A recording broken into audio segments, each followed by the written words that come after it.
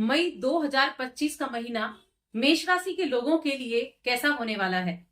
जय माता दी दोस्तों, आप सभी का स्वागत है हमारे YouTube चैनल अमृता एस्ट्रो में।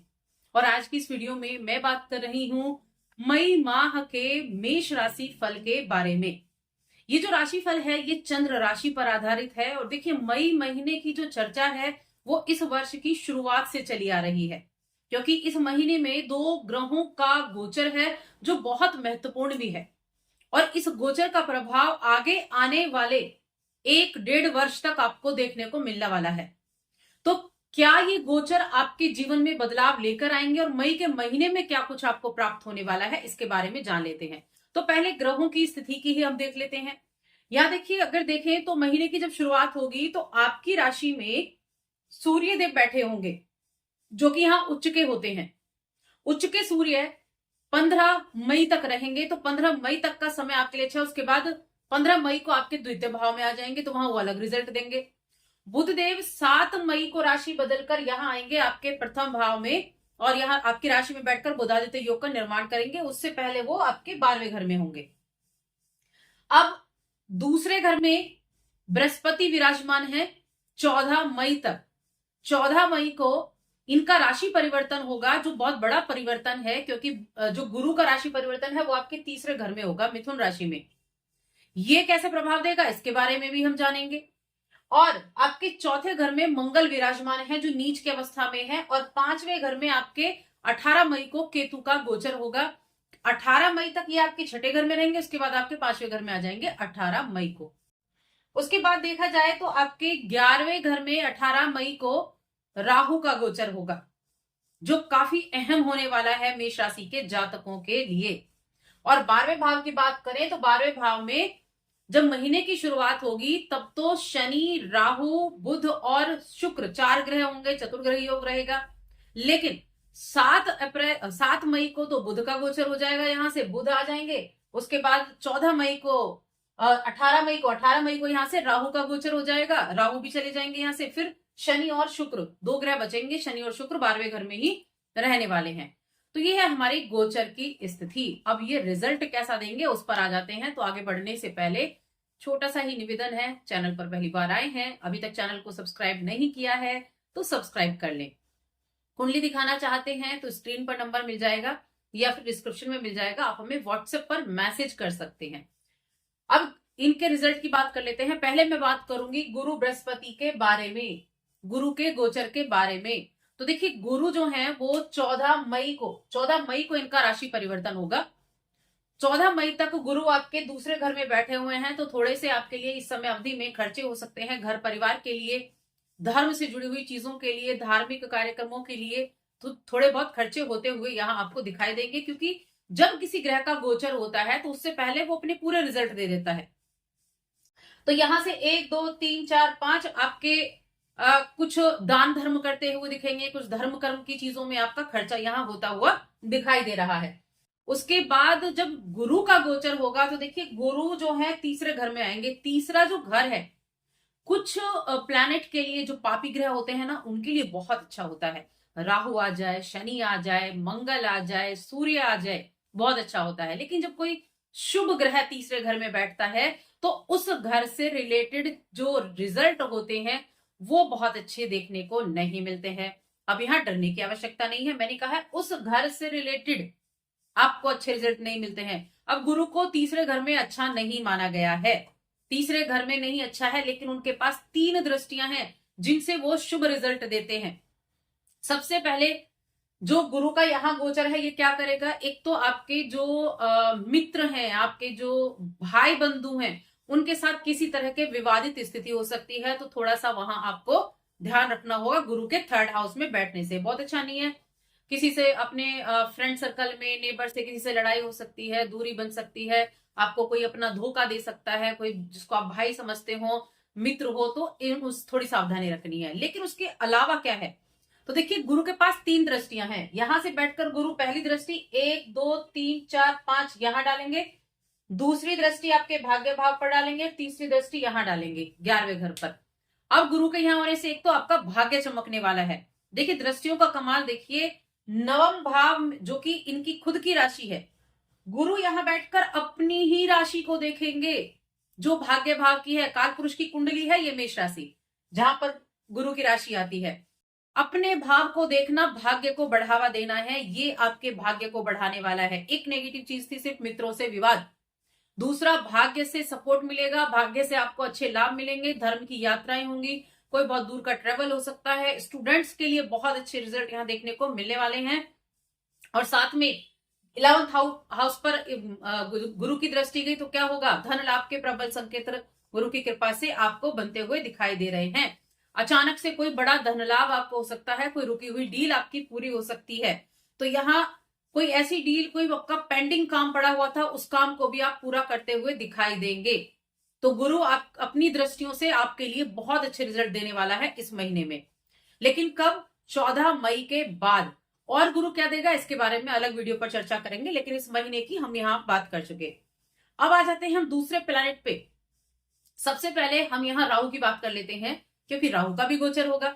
अब देखिए, राहु पहले तो आपके 12वें घर में थे, ठीक है। तो यहाँ पर शनि, राहु और शुक्र ये बैठे हुए थे, तो कहीं ना कहीं पिशाच योग बना हुआ था, और ये आपके खर्चों को भी बढ़ा रहे थे। ये थोड़ा व्यापार में भी अच्छे रिजल्ट नहीं दे रहे थे, ये थोड़ा सा हेल्थ भी प्रभावित कर रहे थे। तो ये चीजें आपके लिए हो रही थी। पहली चीज अब यहाँ आप ये जान लीजिए, आपके लिए शनि की 7.5 स्टार्ट हो चुकी है।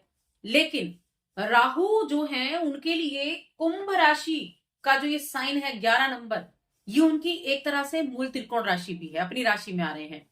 तो मैं कहूंगी कि शनि की 7.5 का प्रभाव बहुत ज्यादा डरने की आवश्यकता नहीं है। राहु के यहाँ आने से काफी कम आपको देखने को मिलेगा। अगर कुंडली में राहु की पोजीशन अच्छी है तो मैं कहूंगी अगले 1.5 वर्ष तक शनि की 7.5 आपको नहीं सताने वाली है, बहुत ज्यादा नहीं सताने वाली है। थोड़ा बहुत हार्डवर्क करना पड़ सकता है, क्योंकि राहु जब 11th में होते हैं तो बड़े कमाल के रिजल्ट देते हैं। एक तो अपनी राशि में आए, ऊपर से 11th हाउस में आए। 11th हाउस में पराशर जी ने राहु को बहुत अच्छा कहा है। बस एक नेगेटिव इफेक्ट ये है कि मित्रों के साथ नहीं बनेगी। कोई बहुत ज्यादा मित्र नहीं होंगे, जो होंगे उनसे भी विवादित स्थितियां हो सकती हैं। और राहु के यहां होने से क्या होगा, ये 1.5 वर्ष, ये 18 महीने जो होंगे, 5 दिसंबर 2026 तक राहु यहाँ रहने वाले हैं आपके 11वें घर में, राहु अपने घर में। तो ये क्या करेंगे, किसी चीज की टेंशन ला लें, धन लाभ के प्रबल योग बनने वाले हैं, बहुत अच्छे आपको लाभ यहाँ देखने को मिलेंगे। सरकारी योजनाओं से आपको लाभ देखने को मिलेगा, कमीशन से लाभ देखने को मिलेगा, विदेशी कंपनी से लाभ देखने को मिलेगा, विदेशी लोगों से आपका यहाँ कांटेक्ट हो सकता है, किसी के साथ मिलकर आप काम कर सकते हैं, ऐसी चीजें रहेंगी। क्योंकि राहु कहीं ना कहीं विदेश के कारक भी हैं, और शनि 12वें घर में बैठे हैं जो कि विदेश का भाव है, और शनि भी विदेश भेजने वाले होते हैं। तो एक तो ये जो समय होगा, बाहर जाकर काम करना चाहते हैं या मल्टीनेशनल कंपनी में काम करते हैं, विदेशी कंपनी में काम करते हैं, विदेशी ग्राहक आते हैं, इस तरह की चीजों से सबसे ज्यादा लाभ आपको मिलने वाला है। या कमीशन से लाभ आपको प्राप्त हो सकता है कंपनी से। इसके अलावा और भी कई चीजें हैं। देखिए, राहु की दृष्टियों की हम बात करें, 1 2 3 4 5 गुरु पर जा रही 3रे घर में, तो कमीशन है, ये कमीशन से जुड़ी हुई चीजों से लाभ हो गया। यहाँ 7 और यहाँ 9, 2 नंबर का पैसा, जो टेबल के नीचे से पैसा आता है ना, वैसा पैसा प्राप्त होने के भी यहाँ योग बनेंगे। कोई लॉटरी वगैरह, इन चीजों से लाभ होगा। कहीं ना कहीं आपको 2 नंबर की इनकम। तो और साथ में स्टूडेंट्स के लिए बहुत अच्छा रहेगा। स्टूडेंट्स के लिए अच्छा है, संतान सुख की प्राप्ति हो सकती है, क्योंकि जब राहु का गोचर होगा तभी केतु का गोचर होगा। केतु आपके पंचम में आएंगे। केतु जो है हमारे पितृ माने गए हैं, और जब पंचम में केतु आते हैं कहीं ना कहीं संतान प्राप्ति का योग आपके लिए बनता है। जो निसंतान है मेष राशि के जातक, संतान प्राप्त करना चाहते हैं, बड़ा आप इंतजार कर रहे हैं, तो मैं कहूंगी ये समय आपके लिए बड़ा अनुकूल हो सकता है कि आपको संतान की प्राप्ति हो जाए, संतान की तरफ से अच्छे सुख की प्राप्ति हो जाए। तो ये चीजें रहने वाली हैं। ये राहु का गोचर है। अब राहु नेगेटिव क्या देगा, एक तो मैंने बताया थोड़ा मित्रों से विवाद हो सकता है, नेबर्स से थोड़ा विवाद हो सकता है। दूसरा इसका नेगेटिव इफेक्ट ये है कि वैवाहिक जीवन में थोड़ा सा तालमेल बिगड़ सकता है, क्योंकि राहु क्या करता है, एक्स्ट्रा मैरिटल अफेयर दिलाता है। राहु एक्स्ट्रा मैरिटल अफेयर दिलाता है, और साथ में सप्तम पर दृष्टि ला रहा है, तो यहाँ चांसेस ज्यादा बन सकते हैं। तो थोड़ा ध्यान रखें, अपने वैवाहिक जीवन में किसी ऐसी चीजों को ना पनपने दें, इसका ध्यान रखें। प्रेम जीवन में भी सेम सिचुएशन रहेगी, तो प्रेम जीवन और वैवाहिक जीवन दोनों में सावधानी आपके लिए बनती है। सावधानी रखेंगे तो दोनों अच्छे रहेंगे। सावधानी नहीं रखी तो बिगड़ सकती है, तो इसका ध्यान रखें। क्योंकि कुछ पॉजिटिव है तो कुछ नेगेटिव भी है। धन लाभ जरूर कराएगा, लेकिन आपसी रिश्ते को थोड़ा सा ये प्रभावित करेगा। अब आ जाते हैं हम सूर्य पर। सूर्य ग्रहों के राजा आपकी राशि में बैठे हैं, उच्च की राशि में बैठे हैं। अब आप ये समझ लीजिए कि इनका उच्च का होना ही आपके लिए बहुत उत्तम है। और 14 मई तक ये यहाँ पर उच्च के रहने वाले हैं, और अगले 7 मई से यहाँ पर बुधादित्य योग भी बनेगा। सबसे पहली चीज, आप इस समय अवधि को अपने लिए ये कह सकते हैं कि आप चमकने वाले हैं, क्योंकि सूर्य का आपके राशि में बैठना, उच्च का होना आपके व्यक्तित्व को बढ़ाता है, आपका फेम दिलाता है, मान सम्मान दिलाता है। स्टूडेंट्स के लिए बहुत अच्छा है ये समय। किसी भी तरह के सिलेक्शन आपका कहीं हो सकता है, आपने अप्लाई किया हुआ है, जॉब के लिए अप्लाई किया है, या फिर आपने कोई कंपटीशन एग्जाम दिया है, तो वहां सिलेक्शन होने के चांसेस आपके लिए बने हुए हैं। दूसरा, आपको कोई अवार्ड मिल सकता है, आपके संतान को कोई अवार्ड मिल सकता है, किसी चीज से आपको नवाजा जा सकता है, सम्मानित किया जा सकता है। दूसरी ये चीज आपके लिए समय अवधि में होने वाली है। तीसरा, किसी ऐसे व्यक्ति से आपकी मुलाकात हो सकती है जिसको सब लोग जानते हैं। कोई राजनीतिज्ञ हो सकता है, कोई आप जिसको आप अपने क्षेत्र में मानते हो ना कि हाँ, ये एक ऐसा व्यक्ति है जिसने बहुत अनुभव प्राप्त किया है, जो एक अच्छी पोजीशन पर बैठा है। ऐसे व्यक्ति से आपकी मुलाकात हो सकती है, बहुत अच्छा रहेगा। यात्राएं इस समय अवधि में आपके लिए होंगी, कहीं ना कहीं अच्छी यात्रा आप कर सकते हैं, अपने जीवन साथी के साथ आप यात्रा कर सकते हैं दूर की, ये भी चीजें रहेंगी। तो ये 14 मई तक है। उसके बाद क्या होगा? उसके बाद सूर्यदेव आ जाएंगे आपके दूसरे घर में, धन भाव में, दृष्टि जाएगी 8वें घर में। तो पिता के साथ संबंधों को अच्छा बनाकर चलें। उसके बाद ससुराल पक्ष से रिश्तों को अच्छा बनाकर चलें, कुटुंब के साथ रिश्तों को अच्छा बनाकर चलेंगे तो स्थितियां ठीक रहेंगी। वैसे वृषभ राशि में जब सूर्य जाते हैं तो यहाँ बैठकर क्या करेंगे, थोड़े एग्रेशन वाले होते हैं सूर्यदेव, तो कहीं ना कहीं आपके अंदर क्रोध की भावना दे देते हैं। थोड़ा ध्यान रखें, कोई पैतृक संपत्ति से लेकर कुछ भी चीजें चल रही हैं तो सावधानी पूर्वक उन पर आपको काम करना होगा। अब चौथी हम बात कर लेते हैं मंगल के बारे में। तो देखिए, मंगल देव आपके चौथे घर में बैठे हुए हैं, जहां नीच के होते हैं। यहां से 1, 2, 3, 4 सप्तम भाव को देख रहे हैं। जैसा कि मैंने कहा था, वैवाहिक जीवन में इस बार थोड़ा, इस महीने में थोड़ा सा दिक्कत आपको हो सकती है। एक तो राहु देख रहे हैं सप्तम भाव को, दूसरा मंगल सप्तम भाव को देख रहे हैं, तो वैवाहिक जीवन में नोकझोंक की स्थिति, लड़ाई झगड़े, तीसरे व्यक्ति की दखल अंदाजी, किसी बात को लेकर विवाद हो जाना, ये चीजें हो सकती हैं। तो मंगल की दृष्टि दूसरी गई आपके सप्तम पर, और एक गई आपके 11वें पर, दसम पर और 11वें पर। तो मंगल क्या करेंगे? देखिए, मंगल 4th में बैठकर मैं कहूंगी 1 तारीख से 20 तारीख तक आप मान लीजिए, 21 तारीख तक आप मान लीजिए, थोड़ा ध्यान रखना है। आपके खर्चे हो सकते हैं कुछ घर की चीजों पर, कुछ घर का रेनोवेशन करा सकते हैं, कुछ इलेक्ट्रिक का सामान खरीद सकते हैं, कुछ खर्चे करा सकते हैं, कुछ एसी खराब हो गया, फ्रिज खराब हो गया, उन पर आपका पैसा खर्च हो सकता है, कुछ घर में रेनोवेशन का काम, कुछ किचन में रेनोवेशन का काम, इस तरह की चीजें हो सकती हैं। क्योंकि देखिए, जो मंगल है वो भूमि के कारक हैं, मंगल प्रॉपर्टी के कारक हैं, मंगल इलेक्ट्रिक चीजों के कारक हैं। नीच के चौथे घर में बैठे हैं तो ऐसी चीजों पर आपका खर्चा हो सकता है 3 सप्ताह तक। उसके बाद स्थितियां थोड़ी नॉर्मल होनी शुरू हो जाएंगी। कुछ रिपेयर का काम हो सकता है, पेट संबंधी थोड़ी दिक्कतें आपको हो सकती हैं, कुछ कह सकते हैं एलर्जी की प्रॉब्लम हो सकती है, थोड़ा सा हार्ट संबंधी प्रॉब्लम हो सकती है। जो हार्ट पेशेंट है उनको थोड़ा ध्यान रखना होगा। तो ये मंगल का आपको रिजल्ट है। अब यहां से ये अपनी उच्च दृष्टि से दसम को देखेंगे तो करियर आपका अच्छा रहेगा। बिजनेस करने वाले जातकों के लिए मध्य माह के बाद का समय अच्छा है, तब आपका बिजनेस अच्छा चलेगा। उससे पहले हो सकता है सहयोगी से किसी तरह का वाद विवाद हो जाए, या मेहनत आप कर रहे हैं उतना अच्छा रिजल्ट ना मिले, लेकिन मध्य माह के बाद आपको अच्छा रिजल्ट देखने को मिलेगा। अब हम आ जाते हैं शनि और शुक्र पर। शनि तो यहीं रहने वाले हैं, शनि का गोचर तो हो चुका है, तभी तो 7.5 शुरू हुई, लेकिन अभी 7.5 से उतना अधिक डरने की आवश्यकता नहीं है। दूसरा, शुक्र भी यहाँ बैठे हैं। शुक्र अपनी उच्च अवस्था में बैठे हैं, धन भाव के स्वामी हैं और वैवाहिक भाव के स्वामी हैं, यानी कि 2 नंबर और 7 नंबर, और उच्च के होकर बैठे हैं। तो विदेश से लाभ होने के ज्यादा चांसेस यहाँ बन रहे हैं। विदेश से लाभ होगा, विदेशी कंपनियों से लाभ होगा, एक्सपोर्ट इंपोर्ट से लाभ होगा, या आप मेडिकल फील्ड में हैं तो उन लोगों के लिए बहुत अच्छे लाभ की स्थितियां बनती हुई दिखाई दे रही हैं।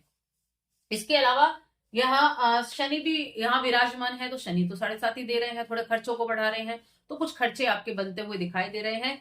अब देखिए, शनि की जो दृष्टियां हैं वो तीसरी दृष्टि आपके द्वितीय भाव पे है, तो परिवार को लेकर थोड़ा अच्छे से आपको ध्यान रखना है, अपनी वाणी पर थोड़ा सा कंट्रोल करके चलना है। वाणी पर जितना अच्छे से आप संयम रखेंगे, अपने काम से उतने अच्छे रिजल्ट भी आप प्राप्त कर सकते हैं। दूसरी चीज है कि इस महीने में ऐसा हो सकता है कि आपको अपना घर बदलना पड़े। किराए का घर में रहते थे, दूसरा घर आपको बदलना पड़ जाए, या फिर आपको कहीं ट्रांसफर हो जाए, एक शहर से दूसरे शहर में जाना पड़ जाए। इस तरह की स्थितियां भी बनती हुई दिखाई दे रही है, यानी कि स्थान परिवर्तन आपके लिए बनता हुआ दिखाई दे रहा है इस महीने में। लेकिन साथ में यात्राएं भी आपके लिए बनी हुई है, यात्राएं भी आप कर सकते हैं अपने पूरे परिवार के साथ, अपने जीवन साथी के साथ। तो इस महीने में अगर देखा जाए तो नेगेटिव क्या है? नेगेटिव इस महीने में सिर्फ इतना है कि वैवाहिक जीवन में ध्यान रखना है, मित्रों के साथ थोड़ा ध्यान रखना है, ये नेगेटिव है। पॉजिटिव बहुत कुछ है, धन लाभ मिलेगा, रुके हुए काम बनेंगे, बिजनेस मध्यम माह के बाद अच्छा चलेगा, लेकिन उससे पहले सूर्य बहुत अच्छे रिजल्ट आपको देने का काम करेंगे। ओवरऑल देखा जाए तो ये महीना आपके लिए अच्छा होने वाला है। थोड़े से उपाय आपको करने हैं। क्या उपाय करने हैं? उपाय के तौर पर एक तो राहु का उपाय करें, एक शनि का उपाय करें। सूर्य देव को प्रतिदिन अर्घ्य दें। राहु के लिए आप कर सकते हैं कि दुर्गा सप्तशती का पाठ कर दिया, चिड़ियों को दाना डाल दिया, मछलियों को आपने आटे की गोलियां डाल दी, कुछ भी इनमें से आप कर सकते हैं। और शनि के लिए, शनि की 7.5 शुरू हुई है, और जिनके लिए नेगेटिव है, देखिए हो सकता है अभी आपको रिजल्ट ना मिल रहा हो, और कुछ लोगों को मिलना शुरू भी हो गया हो, लेकिन उतना इफेक्ट नहीं करेगा। दशरथ नीलकृत का पाठ करना शुरू करें, या शनि के मंत्र का पाठ करना शुरू करें, या हनुमान के मंत्र का पाठ करना शुरू करें। बहुत सारी ऐसी रेमेडी हैं जिनको आप कर सकते हैं इन चीजों से बचने के लिए। तो बस आज की इस वीडियो में इतना ही। वीडियो कैसी लगी हमें कमेंट करके बताएं। जय माता दी।